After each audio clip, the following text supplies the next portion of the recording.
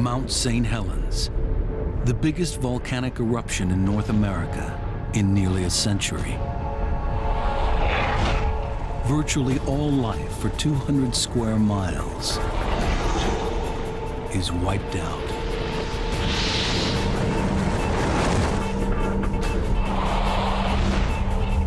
It seems impossible that life could ever return to this barren wasteland. We found that a lot of our conventional wisdom was just flat wrong. In recent years, there are ominous signs. The volcano is awakening. These things were like skyscrapers that were being shoved out of the ground. They were literally that big. A 30-year quest to understand one of the most complicated volcanoes in the world is revealing new mysteries deep inside the mountain. We don't know whether it's going to erupt explosively again in 2 years, or in 20 years, or in 200 years. Is Mount St. Helens preparing to erupt again? Right now on Nova. Mount St. Helens, back from the dead.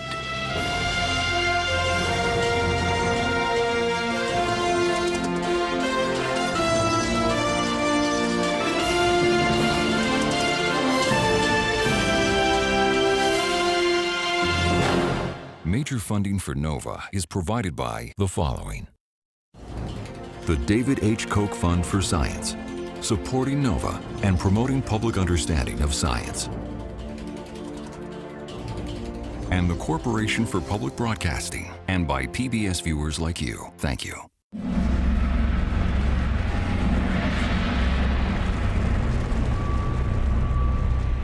October 2004. Mount St. Helens comes back to life.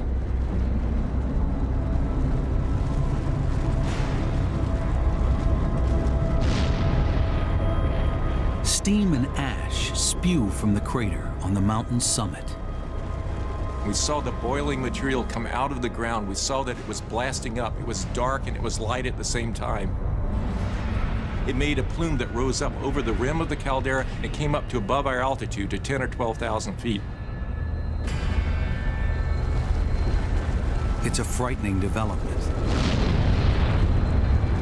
For years, Mount St. Helens has been quiet. The volcano went from quiet to unrest to eruption very, very rapidly.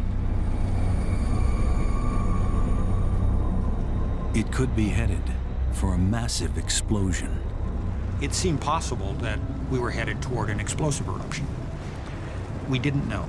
That was a key question. The effort to understand what is happening inside the mountain couldn't be more urgent. Is the volcano about to repeat the events of 3 decades earlier, when it shattered the tranquility of its peaceful surroundings?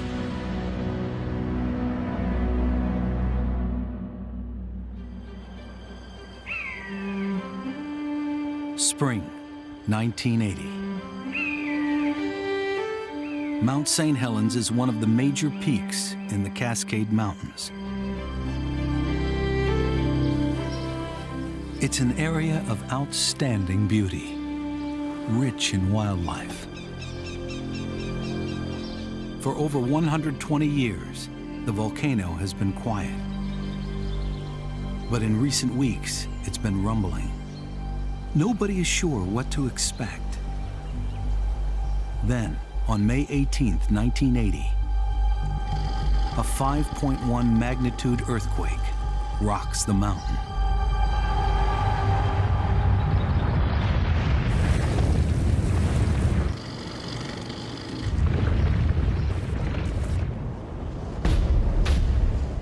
Within 10 seconds, the volcano's northern flank collapses in the largest landslide in recorded history. It releases millions of tons of magma in a colossal explosion.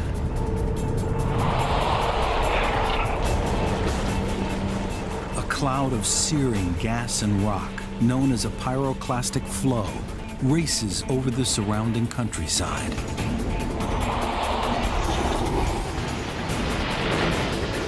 Forests are flattened.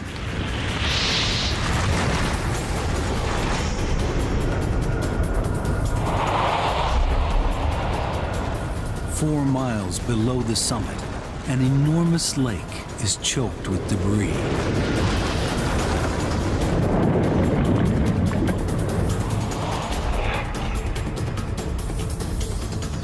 The eruption continues to shoot poisonous steam and ash miles into the air.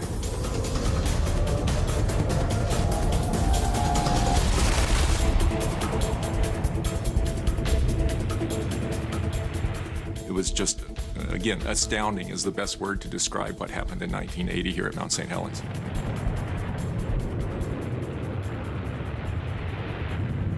The northern slope of the mountain is buried in several feet of ash.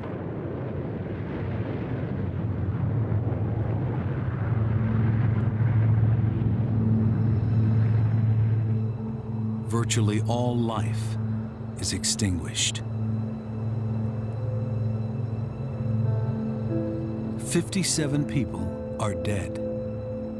They include loggers, campers, scientists, and a reporter.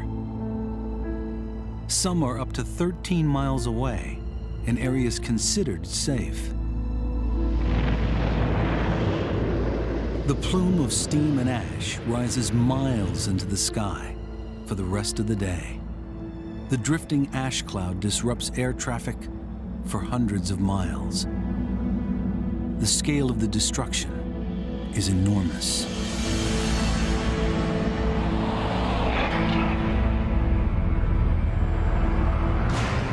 Across more than 200 square miles, the surge of ash and rock incinerates trees.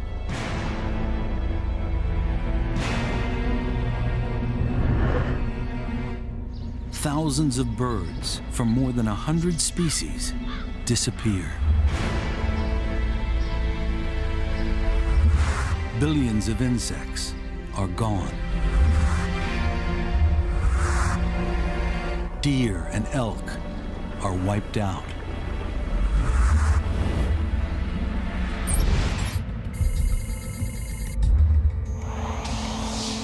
This vast area of devastation becomes known as the blast or blowdown zone. Nearer the crater, ash and rocks from the landslide litter the northern slope of the mountain.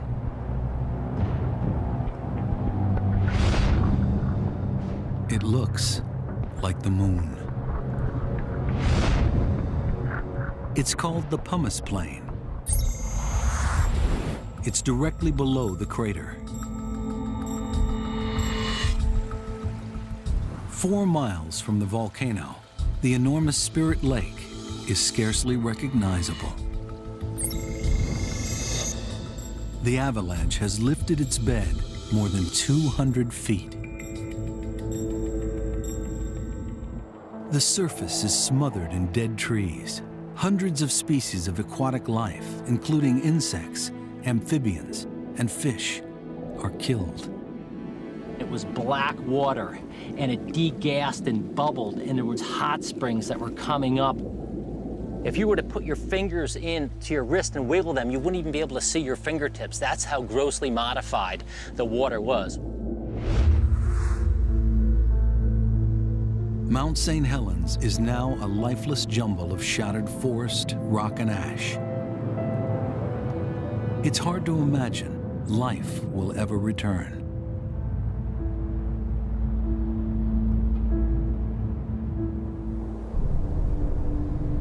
The eruption was so powerful, it altered the shape of the mountain.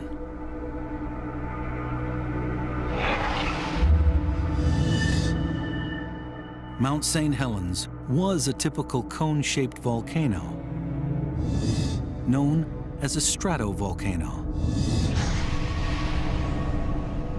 But the landslide has torn 1,300 feet off the summit, leaving a gaping crater a mile wide and 2,000 feet deep. It's the largest volcanic eruption in North America in nearly a century.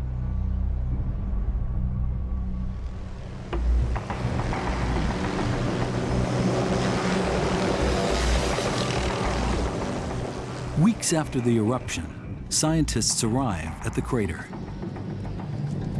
The volcano is still steaming and rumbling. It's a new and unfamiliar world. One of the first to arrive is Dan Zarishin. There's a tremendous amount of steam, and you can see that it was very hot. You didn't see red lava oozing out of the ground. You didn't see fantastic fire fountains. There was this constant background roar of rocks cascading down the crater walls. Occasionally, a very large rock, the size of the helicopter, would come bouncing down, and you could watch it. And it was almost slow motion because the crater was so large. More than 500 years ago, two massive explosions took place within 2 years of each other. They were nearly 4 times larger than May 1980. The mountain sits on one of the most active seismic zones in the world, the Pacific Ring of Fire. A vast arc of volcanoes running for thousands of miles. It's home to some of the biggest and most dangerous volcanoes active today.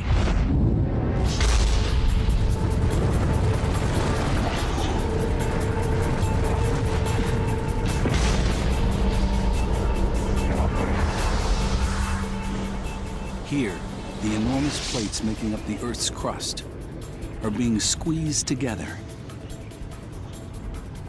Along the coast, the plate below the Pacific is sliding under the North American plate. 60 miles down, pressure and friction melt the rock. Magma wells up. When it reaches the surface, it bursts out.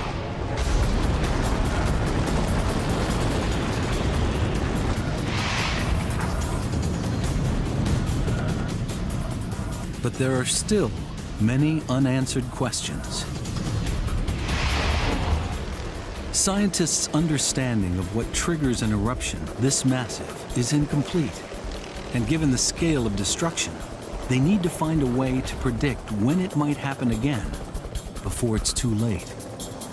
Mount St. Helens is about to become one of the most intensely studied volcanoes in the world.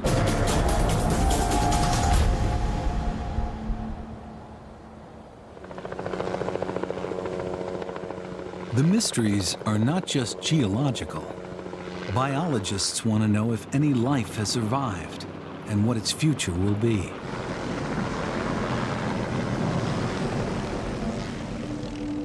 Charlie Crisafulli, one of the leading experts on the mountain's ecology, arrives soon after the eruption. Nothing could have prepared me for the sights and sounds that I saw when I got here. It was complete and utter barrenness, and there was no sign of life whatsoever. His job is to survey the mountain looking for any living things. It was just intriguing to think about how would life come back to this landscape? What would the pattern be? What would the rate be? Much of the mountain is still inaccessible, so he starts work in the blowdown zone, in an area some 8 miles downhill from the crater. We flew over in a helicopter very close to the ground. We would have these bumping, twisting flights across the landscape, following the contour. In the first 3 months, there's nothing but dead and uprooted trees. Then, he notices something. Signs of freshly disturbed earth. Lo and behold, in many locations, brown earth on top of the gray volcanic ash. Is there something down there? Crisafulli returns on foot to investigate.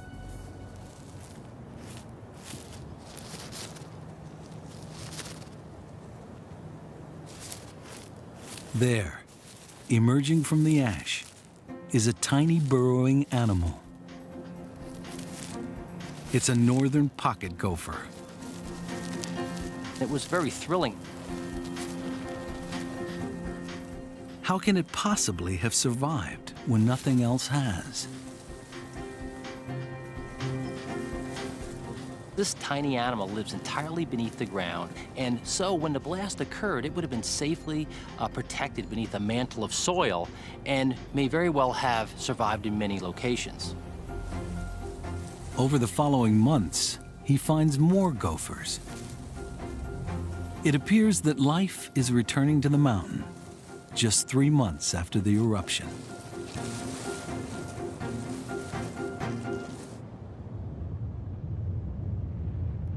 By fall, the volcano is still active. Plumes of steam and ash continue to shoot thousands of feet into the air. But something else is happening too. The crater floor appears to be moving.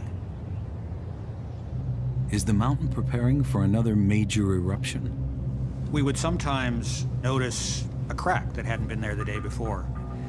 And by the end of the day, the crack was larger.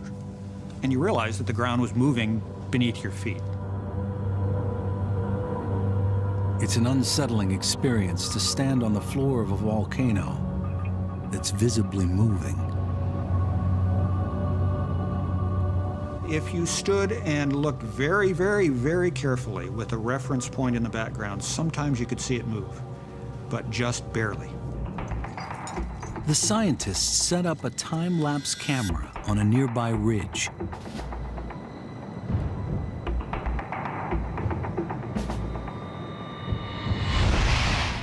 Over several days, the pictures show a dome rising in the middle of the crater floor. The volcano is oozing a sticky gray lava, cooling as it reaches the surface.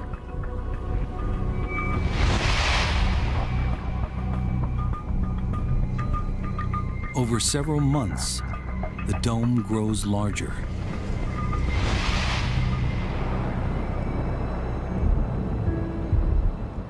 The geologists are puzzled. What is going on inside the mountain? Is Mount St. Helens simply rebuilding its summit, or is it about to blow up? We didn't know what might come next, whether the lava might continue to grow for many years, or even decades or centuries. And we didn't know if there might be explosive eruptions in store. Then, winter closes in, restricting access to the mountain. The scientists' work is limited. Answers will have to wait until spring.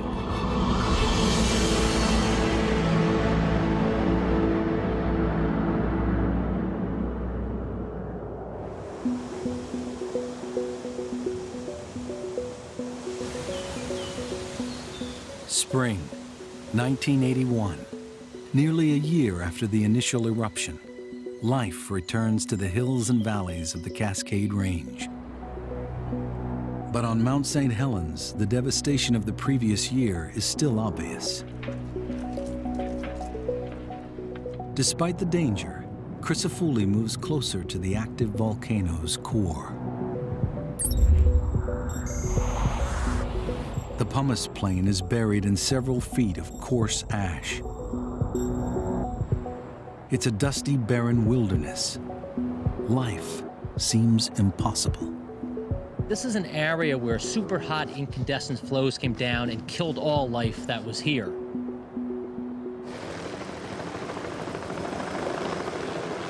Helicopter is the only way in. We were flying back and forth very low, just above the ground surface, looking for any form of life. He crisscrosses the area, but there's nothing to see. Then suddenly, amidst the acres of barren rock, there's an unexpected flash of color. So we set the helicopter down and we walked up. Right out in the center of the pumice plain, we saw a plant. At first, Crisafulli can hardly believe his eyes. It was a prairie lupin, a species that typically grows high in the slopes of Mount St. Helens. It's not only growing, it's flourishing.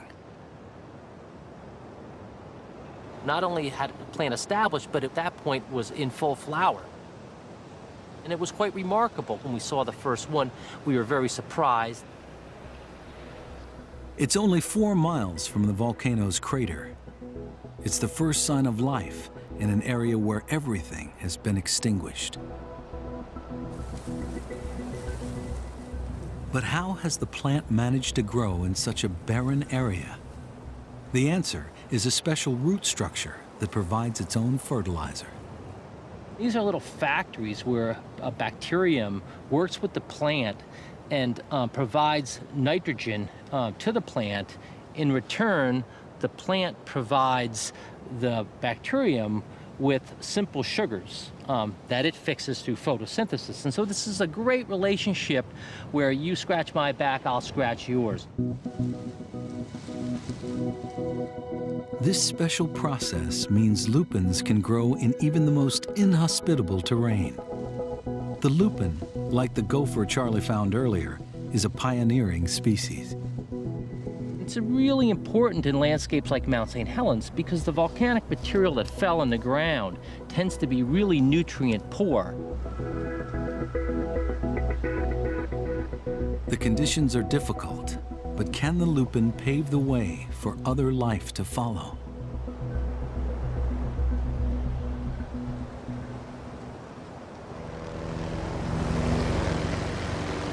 In the spring, geologists also return to the mountain. During the winter months, lava has continued to ooze out of the crater floor. The lava dome has grown several hundred feet taller and doubled in diameter. It's still a hazardous place. When I stepped out of the helicopter in 1981 on the crater floor, steam was actively rising off the growing lava dome.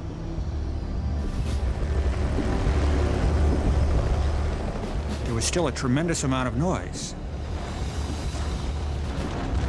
Rockfalls were constant, and 2,000 feet above your head used to be where the summit of the volcano was. You were now standing in a crater with a lava dome that had not been there a few months previously or a year previously. It was actively steaming. That was a very, very exciting thought. It's a rare opportunity to watch the process of dome building unfold in front of their eyes. The geologists set up instruments to monitor what's going on, including seismometers that can detect tremors set off by lava as it forces its way through the rocks. They place a series of these as close to the lava dome as possible.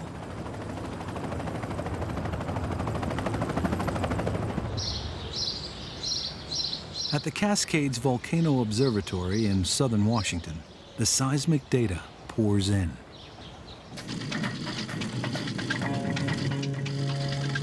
A seismic record like this records any vibration of the ground. So we can see real rock-breaking earthquakes, we can see rock falls. It's our job to try to understand what all those signals mean in terms of what the volcano might do. The first traces reflect extreme activity. Here you see the record is almost continuous. One earthquake after the other. Bang, bang, bang. The seismic signal is essentially continuous.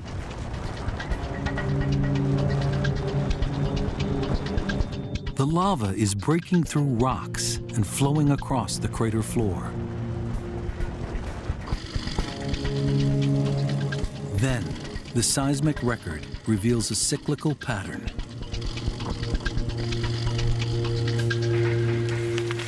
For periods of weeks to months, earthquake activity in the crater would be pretty quiet. The lava is no longer flowing. And then a few days later, we might see a pattern like this, more and more of these very sharp earthquakes. It's the sign of lava on the move again, forcing its way through the ground.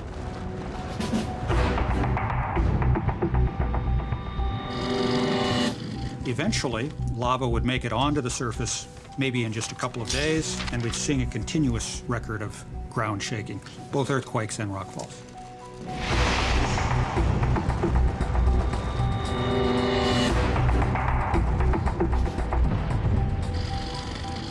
Then, after a period of dome growth that might last a few days or a few weeks, it goes quiet again. That episode has ended, and the pattern begins itself over. This cycle of dome building continues for the next 5 years. The pattern is so regular that when the cycle begins, the scientists can accurately predict what the volcano will do next.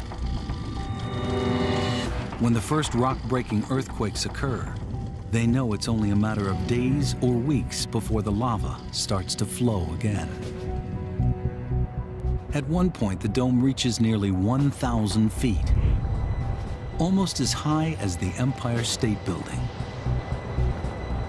Then, in late 1986,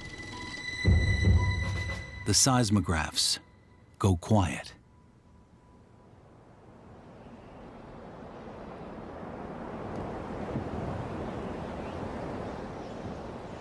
It was pretty clear that that period of dome building had ended.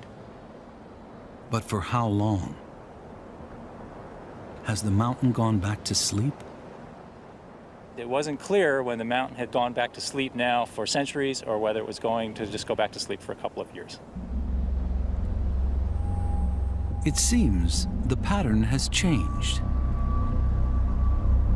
For 6 years, the scientists have been able to predict what the mountain will do next. Now, they are back to guessing if and when it will erupt again.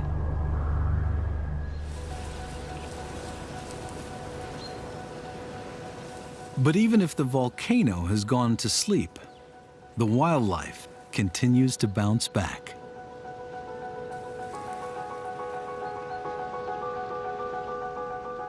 More and more gophers are spreading across the blowdown zone. Lupins are colonizing the pumice plain. And what's happening at Spirit Lake is remarkable.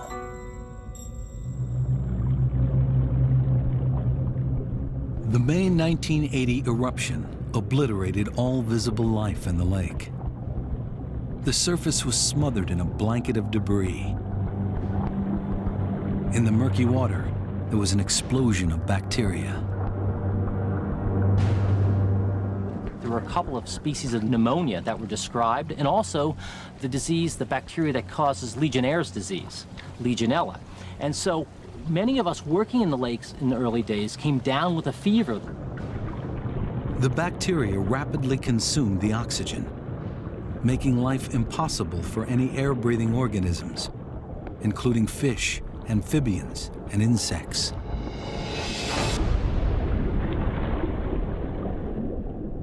We said it's going to be decades and decades before this resembles anything like a typical lake in the Cascade Mountain range.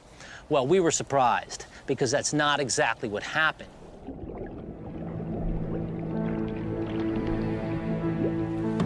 Scientists begin routine water sampling.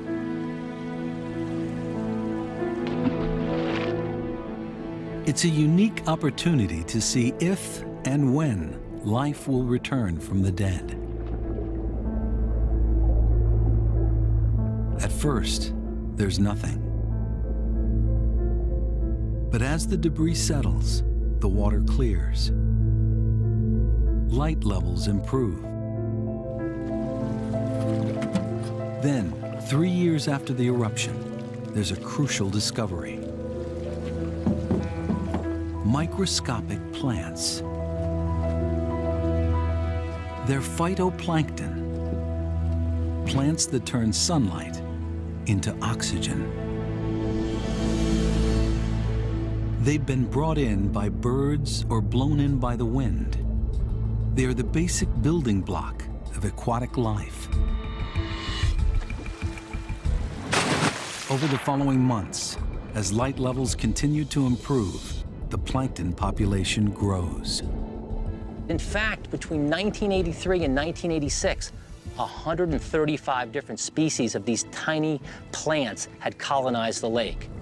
They provide the oxygen and also the prey for the food web. Sunlight, oxygen, and food. Several years after its complete destruction, Spirit Lake is coming back to life.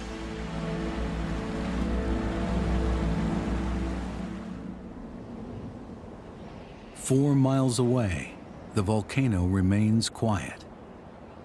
The lava dome has stopped growing. Many geologists think the show is over, at least in their lifetime. We had the feeling that we had probably seen our last eruption at Mount St. Helens. We knew there was a chance it would erupt again, but none of us were betting on it. As the mountain sleeps, wildlife bounces back. Even in the most unexpected places.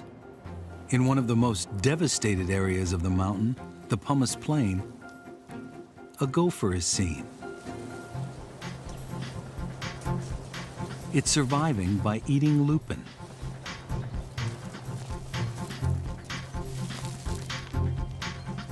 Lupins provide the food. Gophers enrich the pumice by burrowing their way through the ash.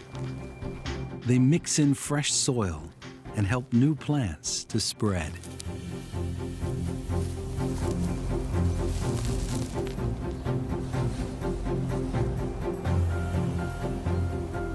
When you walked around the landscape, it was those islands created by gopher-turned soils that were very green and full of flower and seeds. The gophers also play another role in helping wildlife spread. Crisafulli finds a salamander in a gopher's tunnel. What's interesting about the gopher is they create kilometers of underground tunnel systems. Elk are returning to the area, helping to expand this amazing web of life.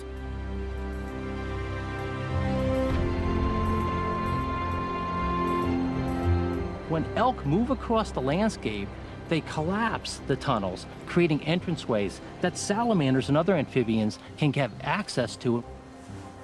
Once they get beneath the ground, these are very cool and moist sites that enable them to survive in an otherwise inhospitable area. And the importance of that is allows them to use these underground burrows as stepping stones during hot, dry weather, and eventually to colonize new patches of terrestrial habitat as well as ponds and lakes.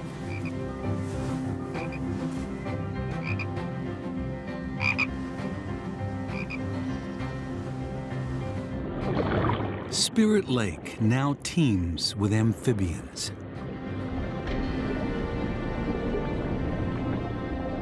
Fish brought to the lake by fishermen are thriving, a clear indication that the water quality is returning to normal. What's happened with the fish was actually remarkable.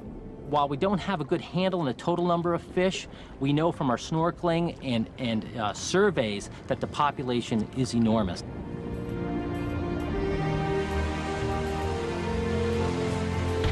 Spirit Lake is beginning to resemble a typical mountain lake. Just over a decade after the eruption, life is flooding back to the slopes of Mount St. Helens. The rate of recovery is far faster than anybody had expected.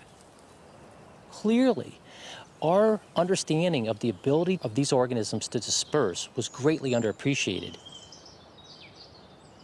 We found that a lot of our conventional wisdom was just flat wrong.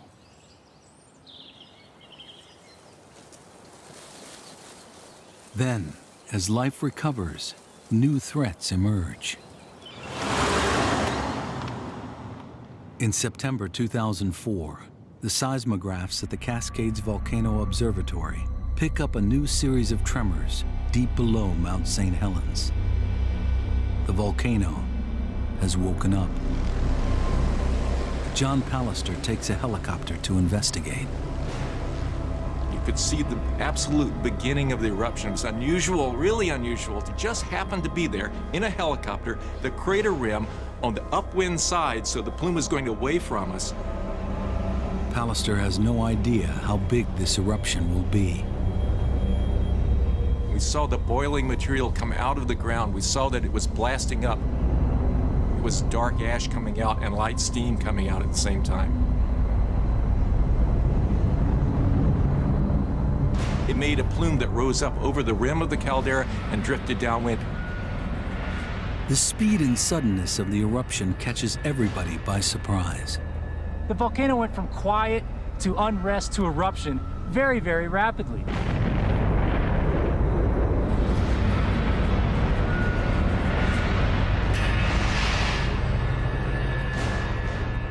During the next 2 weeks, there are 3 more eruptions of steam and ash. No one knows what will happen next. It seemed possible that we were headed toward an explosive eruption. We didn't know. That was a key question. Then, after 14 days, the seismographs quiet down. Almost as quickly as it started, the eruption stops.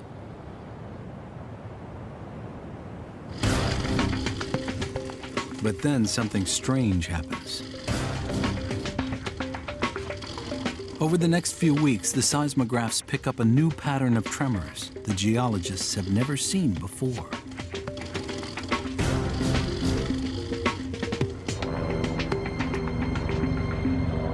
Could they be linked to a gigantic lump of lava growing out of the crater floor?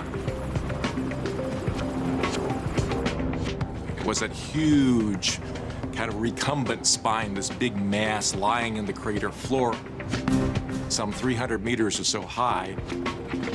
The spine of lava is as long as the Eiffel Tower.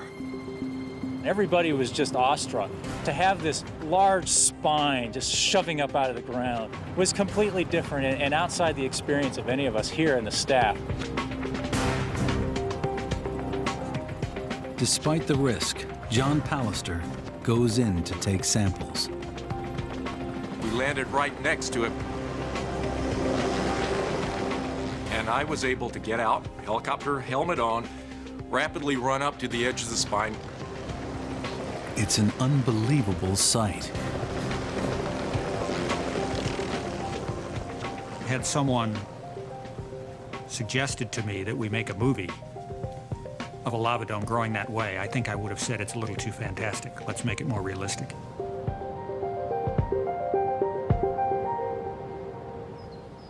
At the observatory, where geologists have been puzzling over the strange seismic traces, they now realize what they are. They're the unique autograph of the giant spines as they push their way out of the ground.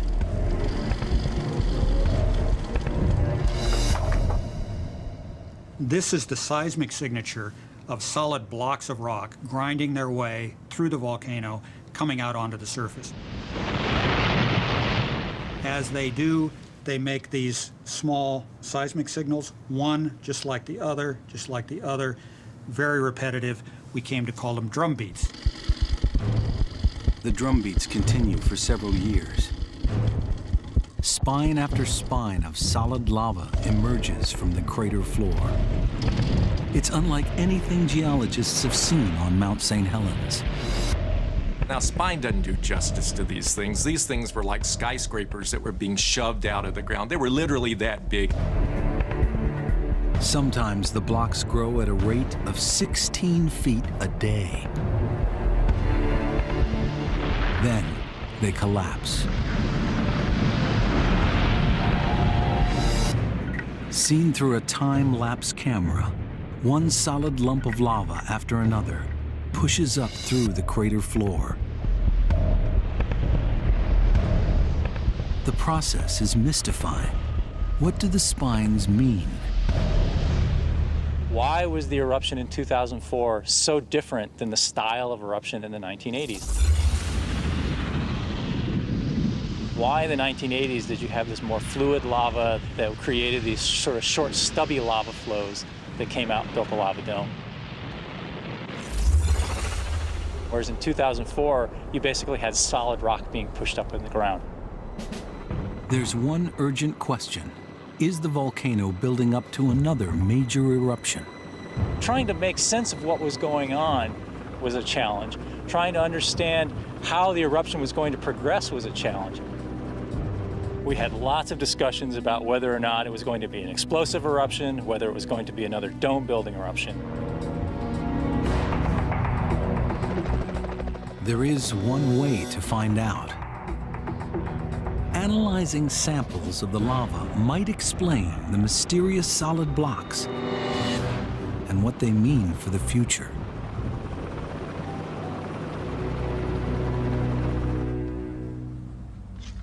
At the Volcano Observatory, John Pallister compares lava from the spines with samples taken from previous eruptions. Could there be something in their composition that explains why the mountain sometimes pushes up spines, sometimes oozes lava, and sometimes explodes?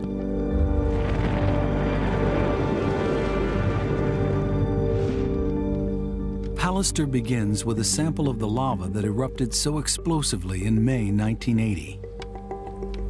He's immediately struck by the large areas of blue. Okay, so what's important about this 1980 rock is the abundance of this blue area, and that's basically bubbles. Now that's not a mineral, that's just open space in the thin section. That's where gas bubbles were. This sample would float in water, it had so much gas in it.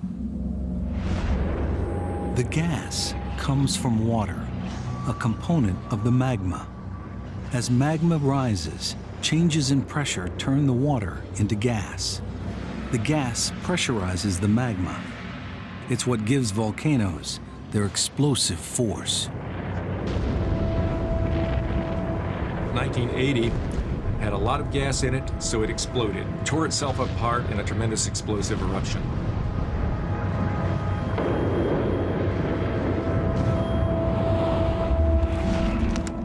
But when he looks at lava taken from the 1983 period of dome building, it's different. There is much less of this open space, of the gas filling space in the rock. The 1983 lava behaves like a bottle of soda going flat. Finally, he looks at a sample of lava from one of the spines in 2005. I don't see any blue space, any of that. Oh, there's just a little bit, but dominantly it is lacking in space. It's a gas-poor magma, except, in fact, almost none. There's just enough gas to push it to the surface. But by the time it gets there, there's nothing left. So this one came up slow, and it made sticky, solidified spines instead of making either lava flows or an explosive eruption. It's a crucial insight. The amount of gas determines the nature of the lava and the force of the eruption. It all comes down to the gas budget for the eruption. Is it going to fizzle, or is it going to explode? Suddenly, the mountain's behavior makes sense. The spines are a sign the magma under Mount St. Helens is running low on gas.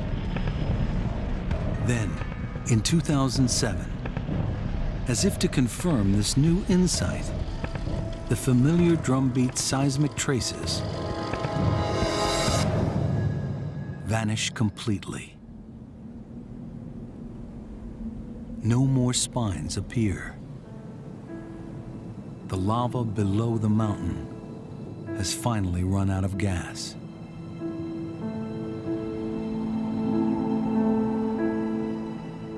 How long will it take the mountain to build up enough gas pressure for another eruption?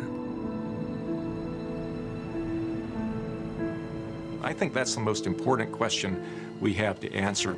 How long does it take to build up the gas necessary to drive an explosive eruption? That's now the question they need to answer.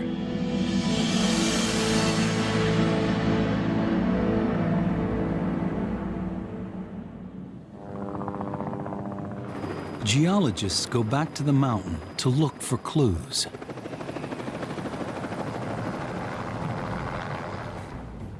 The eruption in 1980 took the top off Mount St. Helens, leaving its history exposed in the rock walls of the crater.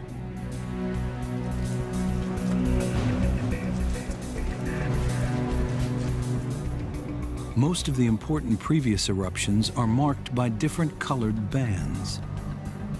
The lower part of the walls where you see gray and some yellows and some pinks, they're all part of the older edifice of Mount St. Helens. These rocks, which make up the bottom half of the rock face, are around 16,000 years old. Then if you look higher on the wall, near the top, you see darker colors. And those are rocks that began erupting about 3,000 to 2,500 years ago.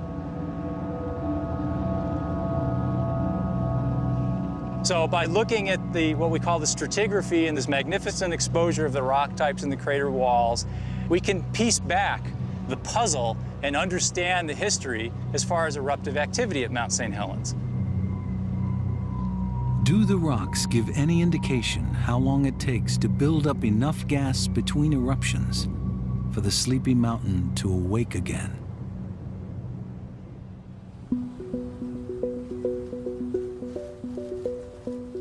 John Pallister sorts and categorizes rocks from earlier eruptions.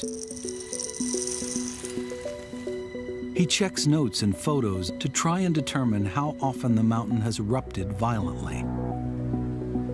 Drawing on previous records, he builds up a picture of Mount St. Helens past. For much of the last 4,000 years, there seems to be a fairly clear pattern.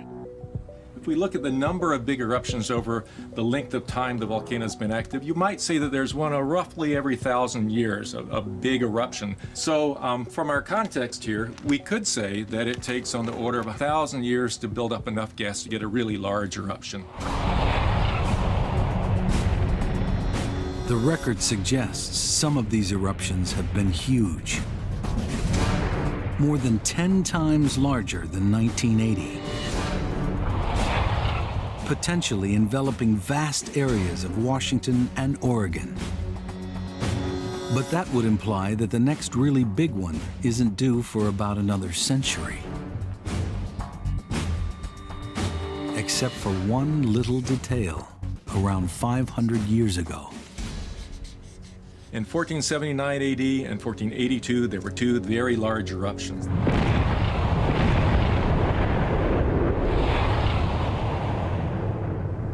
So the volcano is capable of surprising us in producing two highly explosive eruptions in a span of less than 3 years. Both these eruptions were much bigger than May 1980. There is no straightforward pattern.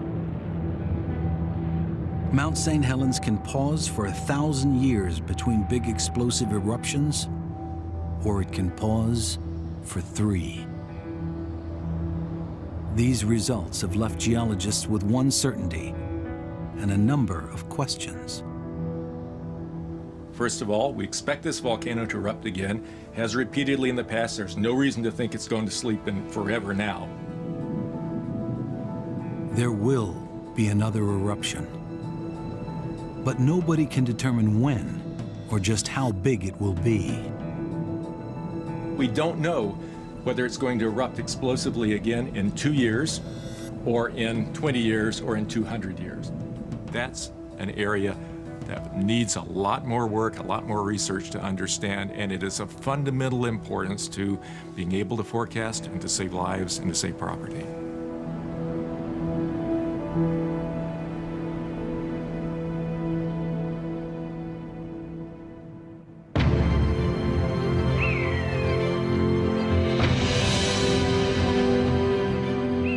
For 30 years, Mount St. Helens has led scientists on an extraordinary journey of surprise and discovery. When they surveyed the destruction in the early 1980s, nobody could have predicted the speed with which life has returned. It was another form of an eruption. It was an eruption of nature. Nature marched back with a vengeance. Mount St. Helens has revealed a rich and complex web of life that has never been documented before. Today, the slopes of the mountain are a living testimony to the miraculous ability of nature to return from the dead. Each time you would come out here and there would be a surprise. Something would be unveiled, something that you hadn't seen before. Perhaps it would be a new species of spider or a new species of beetle. Nature is very resilient, and that is the take-home message from 30 years of ecological work on the Mount St. Helens volcano.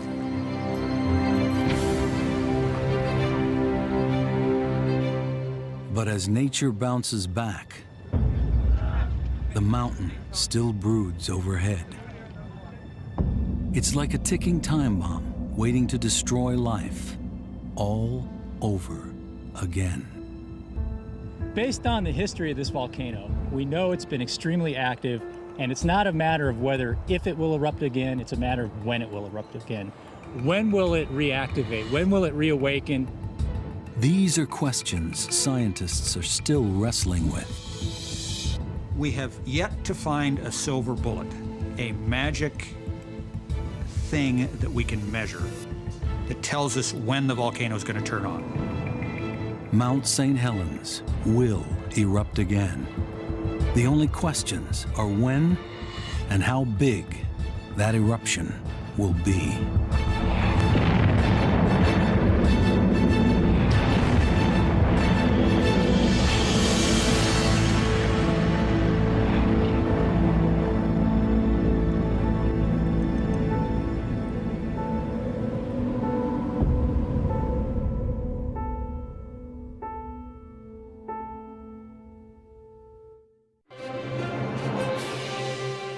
On NOVA's Mount St. Helens website, go behind the scenes with director Daniel Hisson, see stunning images of the landscape's remarkable return to life, and more. Find it on PBS.org.